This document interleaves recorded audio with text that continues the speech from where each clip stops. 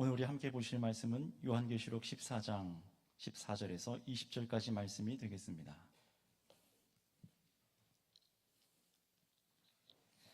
요한계시록 14장 14절로부터 20절까지 말씀입니다. 다 찾으셨으면 우리 14절부터 20절까지 저 한 절, 여러분 한 절 돌아가며 교독하겠습니다. 또 내가 보니 흰 구름이 있고 구름 위에 인자와 같은 이가 앉으셨는데 그 머리에는 금면류관이 있고 그 손에는 예리한 낫을 가졌더라.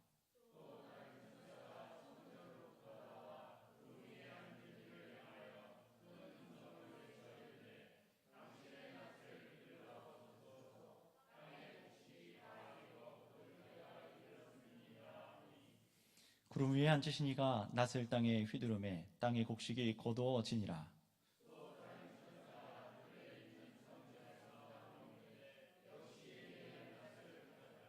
또 불을 다스리는 다른 천사가 제단으로부터 나와 예리한 낫 가진 자를 향하여 큰 음성으로 불러 이르되 내 예리한 낫을 휘둘러 땅의 포도송이를 거두라. 그 포도가 익었느니라 하더라.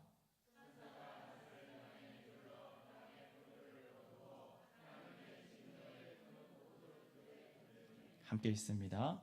성 밖에서 그 들이 밟히니 들에서 피가 나서 말 굴레까지 닿았고 1600 스타디온에 퍼졌더라. 아멘. 우리 옆에 계신 분들과 이렇게 인사했으면 좋겠습니다. 이 밤 주의 말씀에 붙들립시다.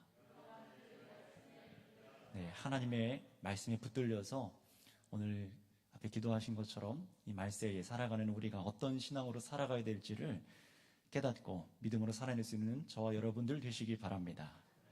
자, 오늘 설교를 통해서 우리 마음이 하나님 말씀에 참으로 귀 기울이기 원하는데요. 주님께서 끝내 이루시는 일이죠. 끝내 이 역사 끝에 끝내 이루신 일을 우리가 좀 선명하게 매주 말씀을 통해 알고 있습니다. 그래서 오늘 설교 제목처럼 예리한 낫을 드신 분 앞에 이 땅에 이 처할 마지막이 이 땅이 마지막 처할 그 마지막이 어떠한지를 깨달으셔서 저와 여러분 이제 부름받은 성도들이지 않습니까? 그렇다면 우리가 더욱 어떻게 거룩하게 이 삶을 세워가야 될지를 이 시간 하나님께 마음을 드릴 수 있는 예배자 되시기를 축복합니다. 우리가 읽은 본문 앞에 14장 6절부터 13절까지 그 앞에 읽은 본문을 지난 말씀을 기억해 보시면은 요한이 기록한 환상에는 역사의 끝의 장면을 말씀하고 있었습니다. 예수님 재림 직전이었죠. 지난 말씀은 예수님 재림 직전의 사건이 시점이었습니다.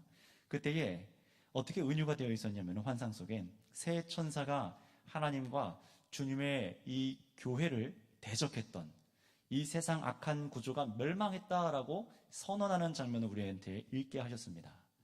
이 환상은 시점이 미래였어요. 그래서 이 바벨론 곧 세상의 이 망함이 그와 같이 세상을 숭배하며 하나님을 떠난 불신자들에게 그 임할 진노, 그것을 선포하는 말씀이 지난 앞의 말씀이었습니다.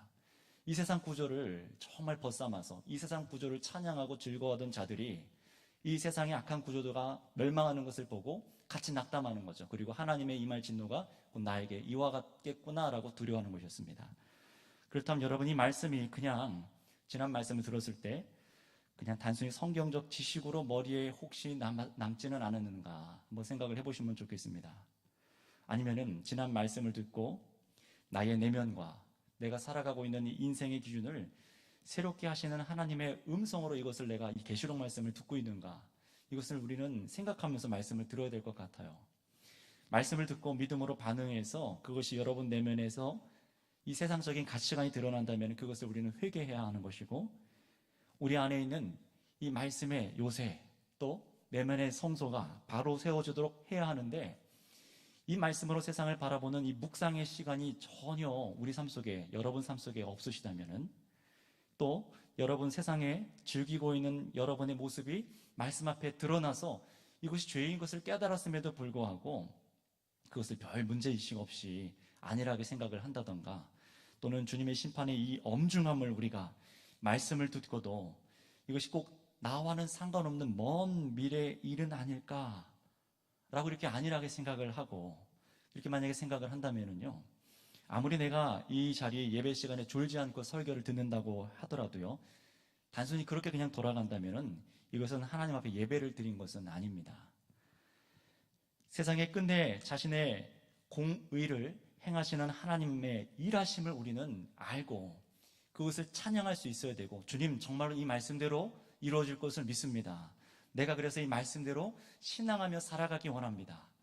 이 말씀, 이것이 나에게 이루어질 수 있도록, 이 땅 가운데 이루어질 수 있도록 내 삶을 하나님의 이 성전으로 초대하여 주셔서 하나님의 거룩한 성전이 되게 하셨는데, 저와 여러분들이죠, 그런 성전이 되게 하셨는데, 그렇다면 이 거룩한 삶을 나는 어떻게 살아가야 될까?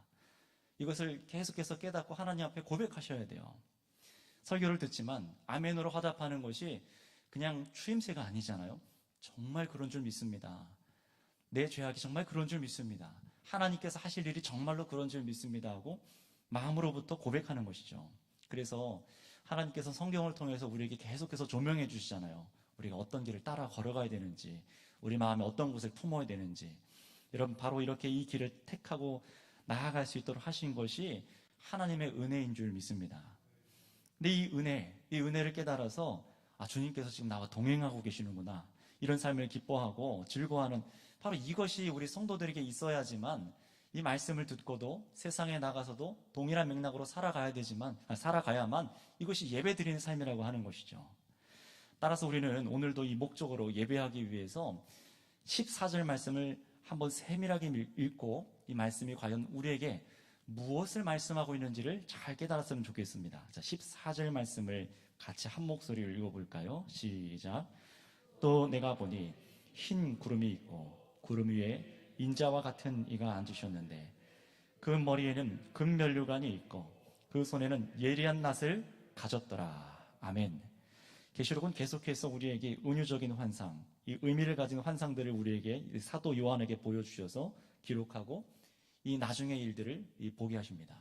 자, 그런데 이 14절을 보시니까 사도 요한이 이 앞에 12장 1절부터 시작해서 기록한 환상 중에 이제 6번째 환상이거든요. 이 14장은. 그런데 무엇을 보았다고 말하냐면은 하늘에 보니까 흰 구름이 있고 구름 위에 인자와 같은 이가 앉으셨는데 라고 말씀하고 있어요. 이 구름 위에 앉으셨다라는 것, 사실 여기서 이 인자가 누군가, 이분의 정체를 아는 것이 먼저 여기서 우리에게 중요하겠습니다. 먼저 이 구름 위에 앉으셨다라는 표현은요, 구약 성경에서부터 늘 동일한 것을 의미합니다. 이 구름은 무엇이냐? 모두 온 하늘과 모든 땅을 통치하시는 하나님의 주권을 표현할 때 사용되는 것이 구름이에요. 정말 하나님께서, 예수님께서 어떤 인자가 우리가 알고 있는 저 물리적인 구름 위에 앉아 계시단 말을 하는 것이 아닙니다.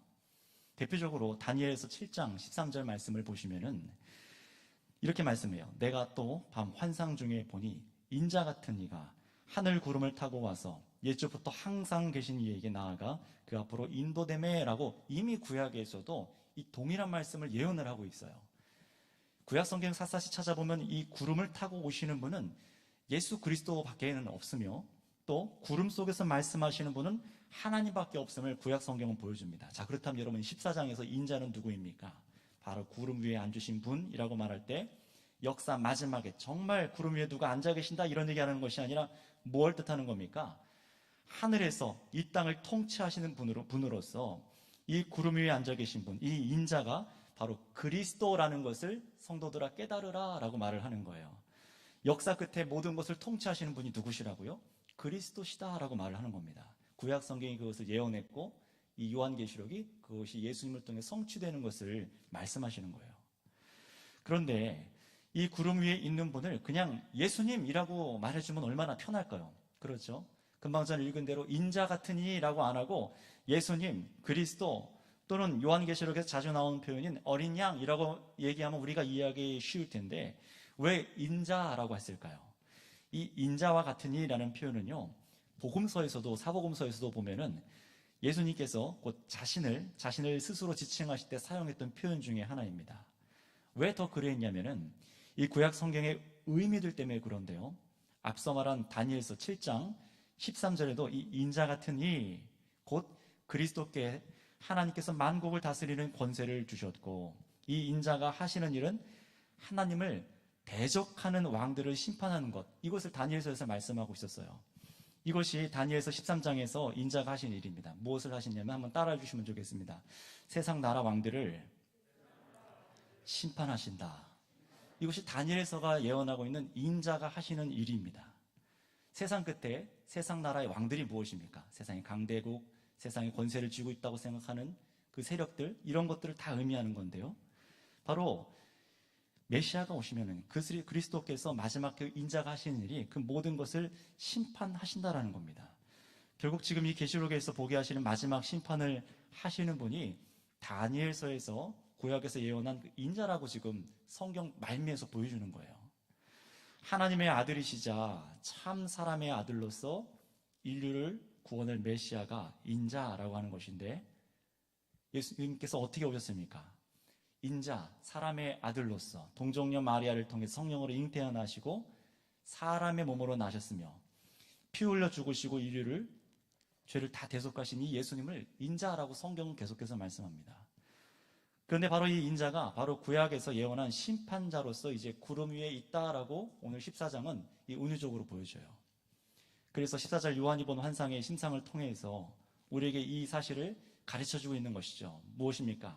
역사의 마지막에 통치하고 있고 심판하는 존재가 누가 아니라는 거예요?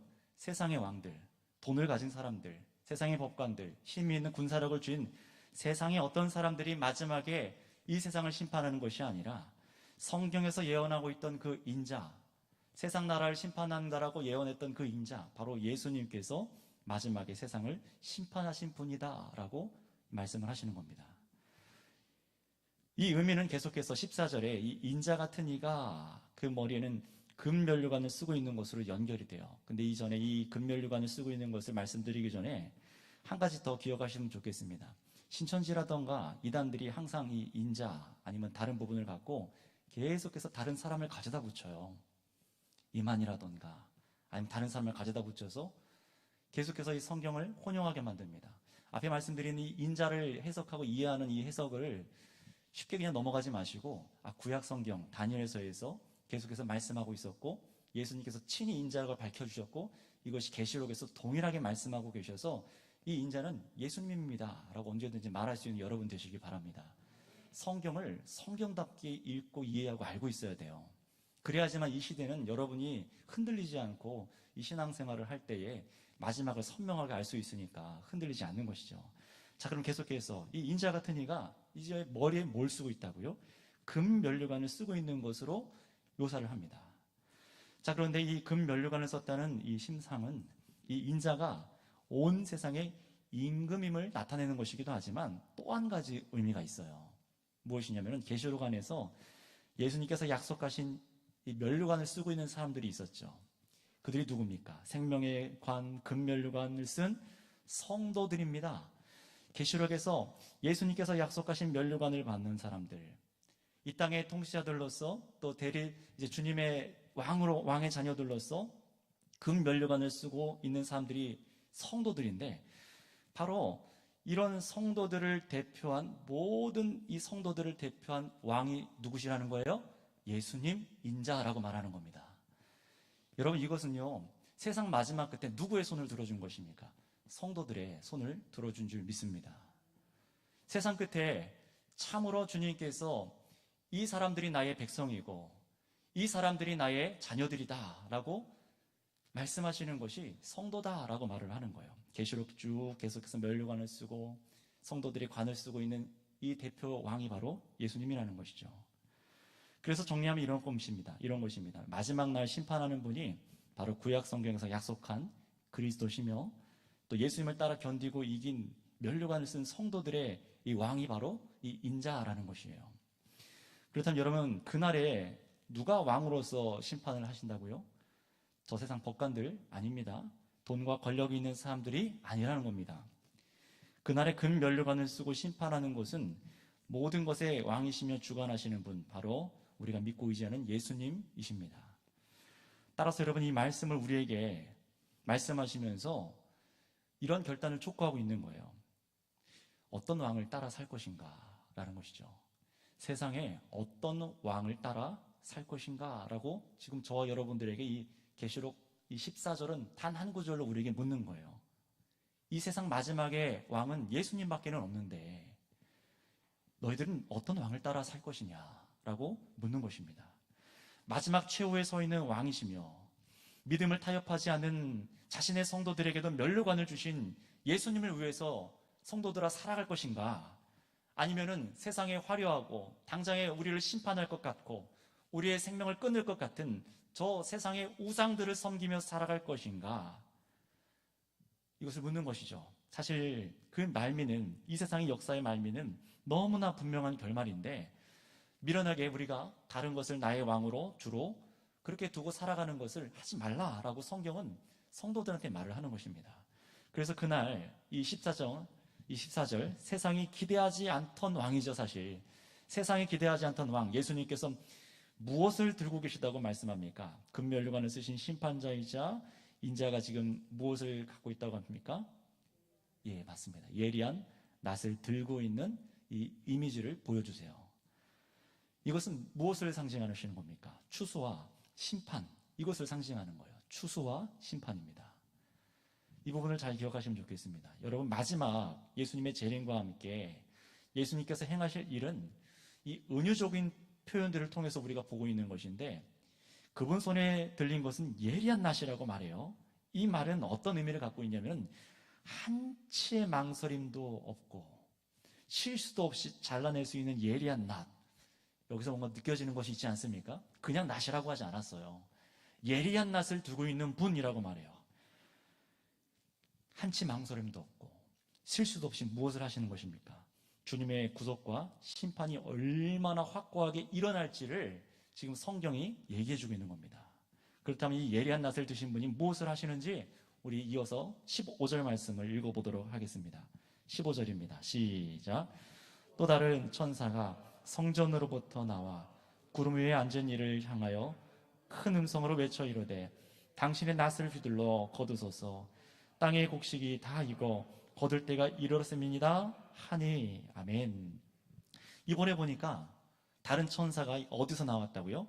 성전으로부터 나와서 구름 위에 앉으신 그 인자를 향해서 큰 소리를 외쳐 말합니다. 당신의 낫을 휘둘러 거두소서. 땅의 곡식이 다 익어서 거둘 때가 됐습니다 라고 말해요. 자, 그런데 보세요. 이 장면만 보면은 마치 천사가 명령해서 예수님께서 움직이시는 것처럼 그렇게 장면이 보이잖아요.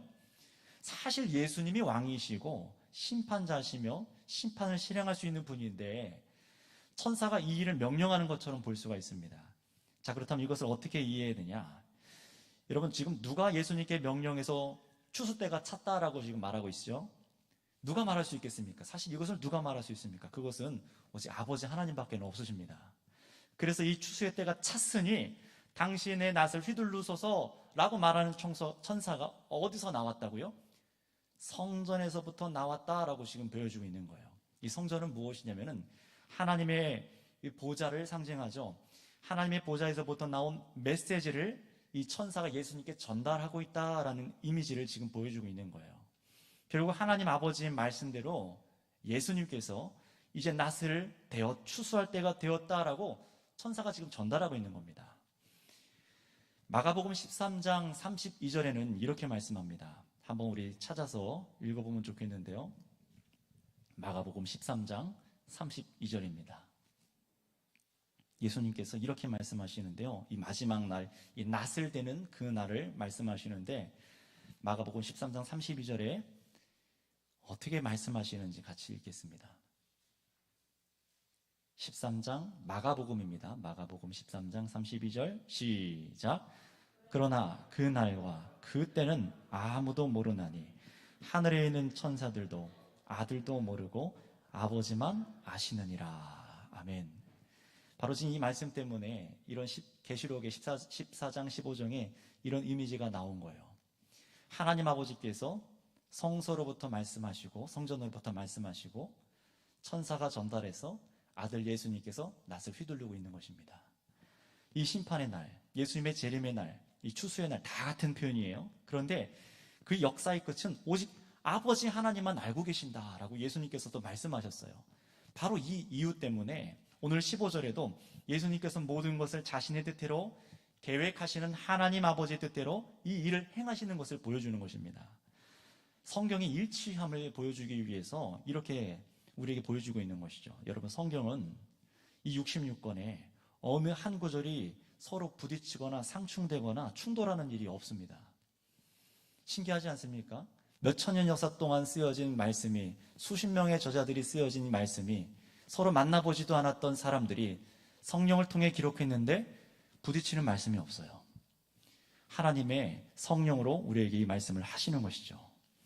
그런데 이 본문에서 이 일로 한 가지 오해하지 마셔야 될 것이 있습니다. 예수님은 그 마지막 날을 모르시고 무작정 기다리셨을까? 한번 생각을 해보세요. 예수님은 하늘에 우리가 신앙 고백할 때 하나님 우편에 앉아 계신다라는 표현을 쓰지 않습니까? 이 우편이라는 말은 이 권세, 이 능력, 이것을 표현하는 것이 이 우편이거든요. 예수님께서 하나님과 함께 그 보좌 가운데, 이 계시록에 우리가 보았던 것처럼 천상에서 하나님 아버지와 예수님께서 그 보좌 가운데 같이 계세요. 그런 이미지로 보여주십니다. 그런데 예수님께서 그 마지막 날을 모르시고 언제일까? 언제 말씀하실까? 이렇게 마냥 모르고 기다리셨을까요? 하나님 아버지의 생각에 배제돼서 예수님께서 동떨어지셔서 아무것도 모르고 계신 것인가? 사실 이런 생각은 성경적이지 않습니다. 성부, 성자, 성령 하나님께서는 친밀한 연합 속에 함께 계십니다. 우리가 생각할 수 없는 완전한 연합이에요. 이 부분은요, 오히려 예수님께서 끝까지 하나님 아버지의 권위에 순종하시는 그리스도이신 것을 보여주는 대목입니다. 역사의 끝날까지도 아들 예수 그리스도께서 하나님 아버지의 뜻대로 일을 하신다는 것이죠. 결코 천상에서 하나님 아버지와 아들 예수님, 성령님께 차등이 있다는 것을 말씀하시는 것이 아니에요. 하나님께서는 뜻하시고 그 일을 실행하시는 주권은 아들에게 있음을 보여주는 것입니다. 그렇다면 여러분이 예리한 낫을 휘둘러지는 이 때가 언제입니까? 우리는 분명히 그 날과 시는 우리 사람들은, 이 땅에 있는 사람들은 아무도 알 수 없습니다. 그러나 그날을 또 특정하거나 또 그날을 우리 노력으로 당기고 또 밀고 이렇게 할 수 없다는 것을 아셔야 돼요. 우리가 이 대한민국의 한 단체, 한 단체가 아니죠. 여러 단체가 있지만 대표적으로 인터콥이라던가 이런 단체들이 있어요. 아마 들어보신 분도 계실지도 몰라요. 근데 이런 단체들이 왜 선교단체들이 문제가 되냐면은 자신들이 가서 복음을 빨리 전하고 예루살렘에 가서 복음을 전하면은 예수님의 재림을 당길 수 있다라고 생각을 합니다. 여러분, 이것은 절대 성경적인 생각이 아닙니다.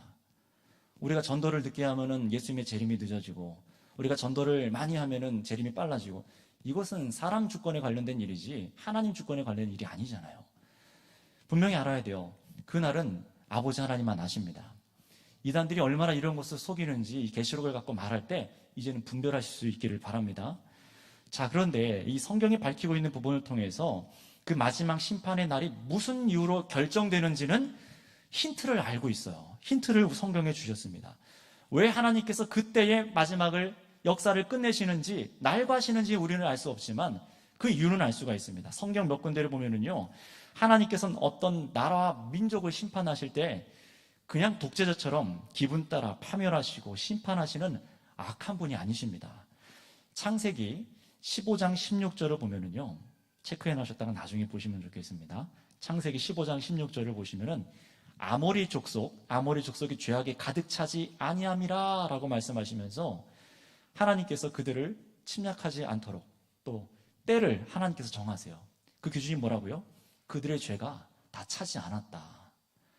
그들의 죄악이, 그 민족의 죄악이 가득 찰 때에, 그들이 도무지 회개하지 않고 돌이키지 않을 때 이제 하나님께서 그들을 심판하시는 것이죠. 아무 때나 기분 내키는 대로 야 비켜라, 나의 자녀들한테 땅을 줄 거다, 가나안 민족들아 그냥 비켜라 라고 해서 가나안 땅을 주셨던 것이 아니라 그 민족의 죄악이 가득 찼을 때였습니다. 하나님께서는 공의를 행하시는 분인 것을 믿으시기를 바랍니다. 이 세상의 끝도 그러하다라는 것을 성경은 계속해서 군데군데 힌트를 줘요. 계시록 11장에 우리가 두 증인이라는 것을 봤어요. 교회에 대해서 말씀하시는 것이었죠. 이 두 증인에 대해 말씀할 때도 역사의 끝이 어떻게 된다라고 보여줬습니까? 역사의 끝이 치다르면 치다를수록 교회가 번성하는 것이 아니라, 교회가 부흥하는 것이 아니라 오히려 악이 더 번성하고 교회는 마치 죽은 것처럼 복음이 정말 힘을 잃은 것처럼 보일 정도다라는 것을 말씀해 주셨어요. 그러니 얼마나 이 세상의 끝이 약하여지고 그 끝이 하나님께서 마침내 심판하실 수밖에 없다라는 것을 우리는 생각하게 되는 것이죠. 그리고 또 한 가지 측면이 있습니다. 첫 번째가 악이 가득 찼을 때, 두 번째가 무엇이냐? 계시록 6장 11절 말씀을 보시면은 이렇게 말씀하세요. 각각 그들에게 흰 두루마기를 주시며 이르시되 아직 잠시 동안 쉬되 그들의 동무종들과 함께 형제들도 자기처럼 죽임을 당하여 그 수가 차기까지 하라 하시더라. 이게 무슨 말씀이었습니까? 계시록 6장 11절 말씀은 이런 거였어요. 하나님 언제 우리들의 이 순교함을 갚으시렵니까? 우리가 예수님을 믿고 살아가다 이 땅에서 이렇게 고통을 당했는데 언제 저 원수들에게 원수를 갚으시렵니까? 라고 이렇게 말하자 뭐라고 말씀하십니까? 너희들 형제들처럼 죽임을 당하는 믿음의 성도들이 그 수가 찰 때라고 말씀하시죠. 순교자의 수가 찰 때라고 말씀하시는 거예요. 이 땅의 믿음을 지켜서 세상의 핍박에도 날로 악해져가는 세상에 타협하지 않은 정말 순교하는 성도들, 또 순교자만이 아니라 순교자와 같은 믿음을 가져서 믿음에 견고하게 살아가는 그 성도들의 수가 이 땅에서 다 차면은, 하나님께서 예정하신 그 수가 다 차면은 그날 인자의 예리한 낫을 휘두르게 하실 것이다 라고 성경이 말하는 거예요. 그렇다면 여러분, 이 두 가지 모습을 봤어요. 한편은 악이 가득해서 하나님께서 심판하시는 것, 한편에는 정말 예수 그리스도를 신실하게 믿고 순교자와 같은 신앙을 따라 살아가다가 그 수가 다 차서 하나님께서 심판하시는 것, 이것이 계시록에서 말씀하고 있는 것인데, 자, 그렇다면 여러분 질문 드리겠습니다. 이 시간 여러분들은 인생의 종착 지점, 그때에 어떤 종착 지점에 이르기 원하십니까? 악이 가득 차 있는 그 사람들 중에 한 명일까요? 아니면은 믿음으로 정말 순교자와 같은 믿음의 삶을 살아가는 그 수 중에 한 명일까요? 어떤 종착 지점에 이르기 원하십니까? 악이 가득한 채로 멸망 가득한 사람들 중에 하나일까요? 나는? 아니면 죽음이 다가와도 타협하지 않고 신앙을 지킨 성도들 중에 나는 그 중에 하나일까요? 이것은 너무나 중요한 질문이죠. 여러분, 마지막 날 그때 우리가 알 수 없는 그때에는 예리한 낫이 휘둘러지고 나면은 이제는 돌이켜질 수가 없습니다. 어떻게 돌이킬 수 없게 될까요? 우리 16절, 본문 16절로 와서 읽어보도록 할게요. 16절입니다. 시작. 구름 위에 앉으신 이가 낫을 땅에 휘두르매 땅의 곡식이 거두어지니라. 낫을 땅에 휘두르니 라고 표현하죠. 땅의 곡식이 거두어지니라. 이 부분은요, 이 해석의 두 가지로 갈리는 지점이기도 한데요, 요엘서 말씀에 근거해서 이 곡식이 거두어지는 것도 역시 심판의 의미다, 이따가 보실 텐데 이것이 심판의 의미다라고 생각하는 해석이 한 가지가 있습니다. 그런데 우리가 취하는 해석은 두 번째 건데요, 더 타당한 해석은 뭐냐, 이 거두어진 곡식은 바로 성도들의 구속함을 의미하는 것으로 보는 거예요. 이 곡식이 누구라고요? 이 성도들입니다. 이 외에 다른 해석들로 나갈 수가 없어요. 더 전통적이고 성경에서 더 많이 견지하고 있는 이 해석을 따라 보는 것이 가장 안전한 해석을 하는 것입니다. 바로 성도들을 마지막에 추수하시는 것입니다. 예수님께서도 천국 비유를 이루시면서 마가복음 4장 29절에 이렇게 말씀하셨어요. 열매가 익으면 곧 낫을 대나니 이는 추수 때가 이르렀습니다. 여기서 말씀하실 때에도 자라나서, 천국의 복음이 자라나서 열매를 맺는 것은 분명히 천국 백성이었어요. 곡식이 자랐다, 천국 백성이 자라났다라는 것을 의미해요. 계시록에서도 계속해서 반복해서 짐승, 곧 우상에게 경배하지 않은 자들, 바로 그 사람들에게도 어떻게 말을 합니까? 낫을 대어 거두어진 곡식, 성도들이라고 말을 합니다. 14만 4천 성도들에게는 구원의 메시지가 계속해서 반복적인 것을 따라 보아도 이 낫을 대어 거두어진 성도들은 누굽니까? 저와 여러분들 예수 그리스도를 믿는, 끝까지 견디는 사람들이라고 말을 하는 거예요. 하나님께서 보시기에 합당한 열매를 맺은 성도들입니다. 이 대목이 참 중요한 것 같아요. 하나님 보시기에 합당한 열매를 맺은 성도들, 바로 그날 마지막 날 안전하게 자신의 성도들을 모으시는 것이 이 낫을 대서 추수하는 이미지로 우리에게 보여주고 있는 거예요. 정말 우리에게 낫을 대신 그런 게 아니잖아요. 자, 그런데 이 인자는 자신의 예리한 낫으로 성도들을 모았지만 다음 17절, 18절에 등장하는 이 예리한 낫이 또 나오는데 그 낫은 용도가 다릅니다. 어떻게 다른지 우리 17절, 18절 읽겠습니다. 본문 17, 18입니다. 시작. 또 다른 천사가 하늘에 있는 성전에서 나오는데 역시 예리한 낫을 가졌더라. 또 불을 다스리는 다른 천사가 제단으로부터 나와 예리한 낫 가진 자를 향하여 큰 음성으로 불러 이르되 내 예리한 낫을 휘둘러 땅에 포도송이를 거두라. 그 포도가 익었느니라 하더라. 아멘. 자, 이번에 예리한 낫이라는 심상에 걸맞는 심판이 진행됩니다. 여러분 14절부터 16절은 성도들을 모으는 것이었다면 예리한 낫으로 17절부터 20절까지 나오는 예리한 낫이 휘둘러지는 것은 심판하여서 세상 사람들의 믿지 않는 불신자들을 심판하는 얘기가 나오는 거예요. 17절에 보시면은 또 다른 천사가 예리한 낫을 가지고 나왔다라고 말씀합니다. 그리고 18절에 바로 이어서 하나님의 제단 앞에서 불을 다스리는 천사가 나와서 뭐라고 말해요? 그 낫을 들고 있는 천사에게 말하죠. 땅에 포도송이를 거두라. 포도송이도 익었다라고 말해요. 아까는 성도들이 익었다, 곡식이 익었다라고 말했는데 이번에는 포도송이가 익었다라고 말을 합니다. 먼저 이 제단 불이라는 무엇이냐? 심판의 상징입니다. 계시록에서 이 제단 불이라는 의미가 사용된 단어가 나오는 것은 계시록에 24번이 나오는데 23번이나 다 심판에 대해서 얘기할 때 이 제단 불, 이것을 상징합니다. 바로 지금 이 제단 불을 가지고 나오는 천사가 낫을 갖고 있는 자들에게 뭐 하라는 거예요? 심판을 행하라. 하나님의 심판이 시행되어야 될 때가 왔다라고 말하는 겁니다. 그런데 여기서 뭔가 조금 잘 달라요. 왜냐하면 이번에 낫을 휘두르는 존재가 인자가 아니라 천사라는 점이죠. 그리고 그 대상이 곡식이 아니라 이 땅에 익은 포도라고 말합니다. 여기서 예수님은 등장하지 않지만 충분히 이 낫을 든 천사도 하나님 아버지의 뜻과 어린 양의 실행을 대리하는 천사인 것을 알 수가 있어요. 왜냐하면 계시록 12장 7절에 우리가 보았던 것처럼 이 마귀와 그 세력을 향해서 막 무찔러냈던 그 세력이 누구였습니까? 천사장 미가엘과 함께했던 천사들이 마귀 사탄과 그 귀신들을 다 쫓아냈다라고 말해요. 그런데 그 시점이 언제냐면 이 땅에서 예수님께서 십자가에 매달려 죽으셨을 때 천상에서 마귀가 미카엘 천사를 통해서 쫓겨난 것을 성경에서 보여줬죠. 예수님의 승리가 곧 천사들로 하여금 승리를 가져오게 만들었습니다. 하나님께서는요, 어떻게 하는 것입니까? 이 땅에서 하나님께서 그간 이 땅의 마귀의 권세를 흉배하고 있던 사람들, 하나님의 일에 주된 이 원수들을 심판하는 일, 바로 그것이 마지막 날에 일어난다는 거예요. 자, 그런데 그래서 이 의미로 이 포도라는 것은 아름다운 열매를 말하는 것이 아닙니다. 요엘서 3장 13절 우리 한번 찾아서 읽어보도록 하겠습니다. 이 말씀이 여기 연결되는 말씀이기 때문에 찾아서 읽어보면 좋겠습니다. 구약성경 요엘 3장 13절입니다. 요엘 아모스 할 때 요엘서 3장 13절입니다.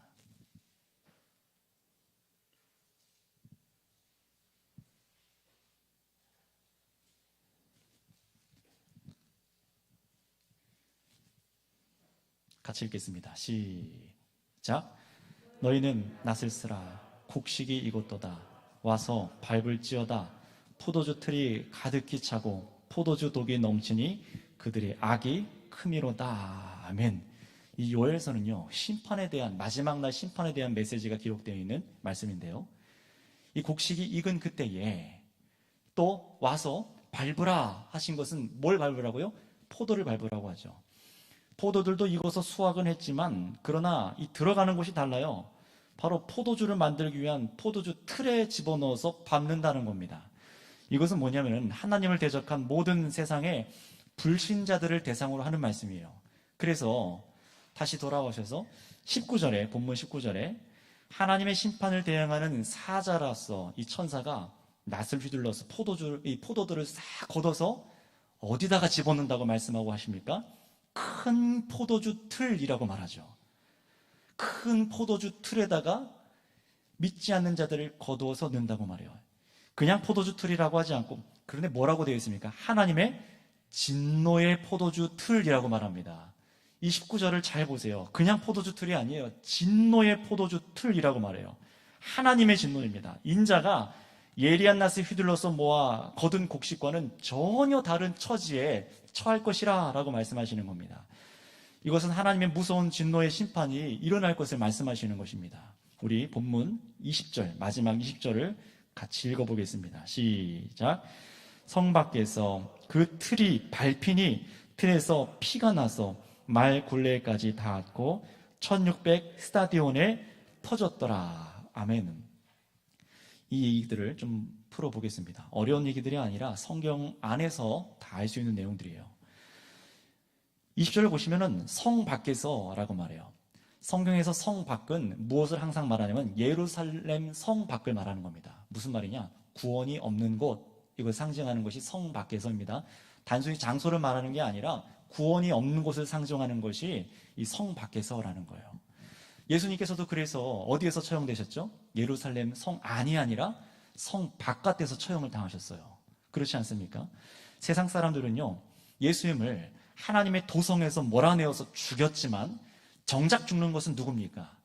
예수님을 못 박은 죄인들, 성 안에 있다라고 생각했지만 예수님을 성 밖으로 내몰아서 죽인 죄인들, 회개치 않는 죄인들이 마지막에는 결국 성 밖에서 죽습니다. 예수님께서는 부활하셨고 예수님께서는 죄가 없음을 드러내셨고 오히려 예수님 매닫는 자들이 죄인인 것을 포기하셨죠. 바로 그 성 밖에서 인자의 손에 추수된 익은 곡단이 모인 그 성 밖에 일어나는 일이 이것입니다. 철저한 심판이에요. 그냥 예수님 믿는 사람들이 잘 살고 바깥에 있는 사람들은 알아서 살았더라 라고 말하지 않고요, 이 성 밖에 있는 자들은 철저하게 심판을 당한다라는 겁니다. 그래서 보세요. 20절에 포도주 틀이 밟히니 틀에서 피가 나와서, 얼마나 그 피가 가득하게 흘러나왔는지, 말 굴레라고 말하죠. 이 말 입을 구속하는 기구를 말하는 거예요. 거기까지 높이까지 닿을 정도로 피가 흘러나왔고, 게다가 그 죽임을 당하는 피가 얼마나 많이 흘러나왔는지 1600 스타디온에 퍼졌더라. 이 1600 스타디온은요, 예루살렘 지도를 놓고 봐야 돼요. 예루살렘 지도상에 예루살렘 밖에 두로와는 지역과 쭉 내려서 팔레스타인 지역까지, 이 전체적인 외부 지역입니다. 예루살렘 성 바깥에 있는 지역, 그 지역의 거리와 일치하는 수가 바로 1600 스타디온이라는 거예요. 다시 말하면은 예루살렘 밖에서 하나님의 백성이 아닌 이방인들에게 일어날 심판이라는 겁니다. 단순히 진짜 지역적인 의미를 말하는 게 아니라 상징적인 의미예요. 하나님의 거룩한 성 안에 들지 못하는 사람들, 하나님께서 마지막 그날 예수 그리스도를 통해서 추수할 때 그 안에 있지 못하는 외부에 있는 자들은 철저하게 파멸당하여서, 진노를 당하여서 하나님의 심판을 이른다라고 말하는 거예요. 자, 그렇다면 여러분, 성도 여러분, 이것을 잘 보세요. 이것을 문자적으로 보시면 안 됩니다. 이것은 그날의 하나님의 심판의 엄격성과 철저함을 의미하는 표현이에요. 마치 살육 장면을 연상하게 하는 것처럼 예수님의 재림의 때의 진짜 심판이 얼마나 하나님 없는 자들에게 무서운 진노로 부어지는 것인가, 이것을 누구에게 깨닫게 하는 것입니까? 저와 여러분들 성도들에게 깨닫게 하고 있는 말씀이 이겁니다. 그렇다면 여러분, 예수님께서 허락하신 이 계시록 말씀을 처음 읽었던 독자들이었던 이 소아시아 7교회들을 한번 생각해 봤으면 좋겠어요.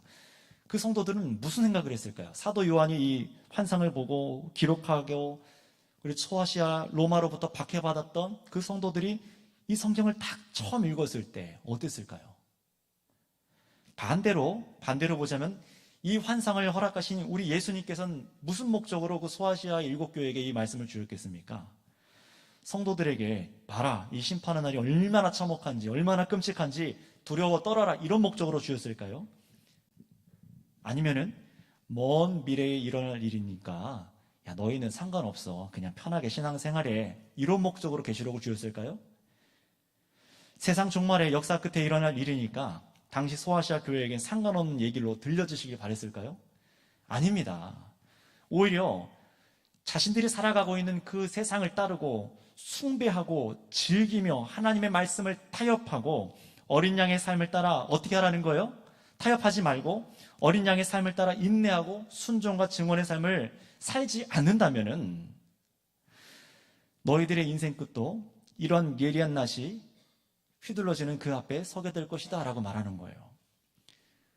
역사의 마지막이 그러하다면 똑같이 재림 이전에, 예수님께서 재림하시기 이전에 죽는 사람의 결말도 다르지 않다라고 말을 하는 거예요. 그렇다면 여러분, 이 소아시아 7교회 성도들이 이 말씀을 읽을 때로부터 거의 2000년이 지나서 지금 우리도 이 요한계시록을 읽고 있습니다. 그렇다면 여러분, 이 사실이 지금 우리에게 무엇을 던져주고 있습니까? 예리한 낫이 휘둘러질 날이 더 가까이 왔다라는 것이죠. 2000년 더 가까이 왔어요. 이 말씀이 로마로부터 핍박받았던 당시 성도들에게만이 아니라 지금 2022년을 살아가는 우리에게 더욱 중요한 이유가 이겁니다. 성경이 옛날의 말씀이니까 옛날 사람들에게 중요했겠지. 아니에요. 예수님께서 재림이 점점 더 가까이 왔기 때문에 우리에게 더 중요합니다. 시간이 지나도 똑같은 무게로, 아니 더욱 타락한 세상과 타협하는 교회들을 향한 경고의 메시지가 바로 이 계시록 말씀이에요. 여러분, 그러니 이 말씀을 듣고 주님께서 우리에게 결단하기 원하십니다. 진노의 포도주 틀이 밟히는 인생의 끝이 되는 것이 아니라 회개하고 돌이켜서 하나님을 경외하라고, 그리스도를 사랑하는 삶을 살아가라고, 그래서 죄와 싸우고 원수 마귀의 일을 분별해서 끝까지 무엇만 섬기라고요? 어린 양 예수님만을 섬겨서 그 십자가를 걸어가며 살으라고 하는 것입니다. 그분만을 왕으로 섬기고 살아가라는 겁니다. 돈도 사람도 나 자신도 그 어떤 것도 왕으로 우상으로 섬기지 말라는 것이죠. 이것은 여러분 성도들을 격려하고 또 다시 세우는 그리스도의 말씀입니다. 성도 여러분, 이 땅 위엔 주님께서 거둬들이실 곡식단도 있고요, 또 진노의 틀에 밟힐 더럽힌 포도주도 이 땅에 있다라고 말합니다. 그렇다면 여러분, 이 곡식이 익어가고 곡식도 익어가고 포도도 익어가고 있는데 저와 여러분에게 익어가는 것은 무엇입니까? 이 말씀에 회개할 것이 들려주신다면 오늘 이 시간 철저히 회개하고 세상으로부터 돌이키시길 바랍니다. 한번 생각해 보세요. 나는 무엇이 익어가고 있는가? 내 인생은 무엇을 익혀가고 있는가? 곡식단으로 익어가고 있나? 아니면은 이 틀에 밟힐 포도처럼 익어가고 있는가? 여러분, 주님께서는 자신의 백성을 거둬들이실 때에 우리가 안전한 주의 거룩한 성 안에 있도록 우리를 불러 모으시기 원하십니다. 그래서 지금 이 시간에도 이 말씀을 듣게 하시는 것이고, 바로 진노로 우리를 심판하신 것이 아니라 지금 이 순간에도 말씀하고 계시고 십자가의 삶과 가르침을 소중히 여길 수 있기를 바라고 계시면서 우리가 회개하기를 원하고 계세요. 이 땅에 휘둘려질 예리한 낫이 준비되어 있음을 잊지 말고 정말 우리가 소중해야 여겨야 될 것이 예수님과 그분의 말씀밖에 없다는 것을 여러분 기억하시기 바랍니다. 그래서 여러분, 우리가 오늘 이 예배 자리에서 세상 복을 빌어주는 어떤 그런 것을 쫓아다니고 기적을 쫓아다니고 그런 것이 아니라 정말 말씀을 온전하게 붙잡고 이 말씀만에서 흔들리지 않는 저와 여러분들 다 되시기를 바랍니다. 같이 이 시간 기도하겠습니다. 오늘 두 가지 익은 것이 보였습니다.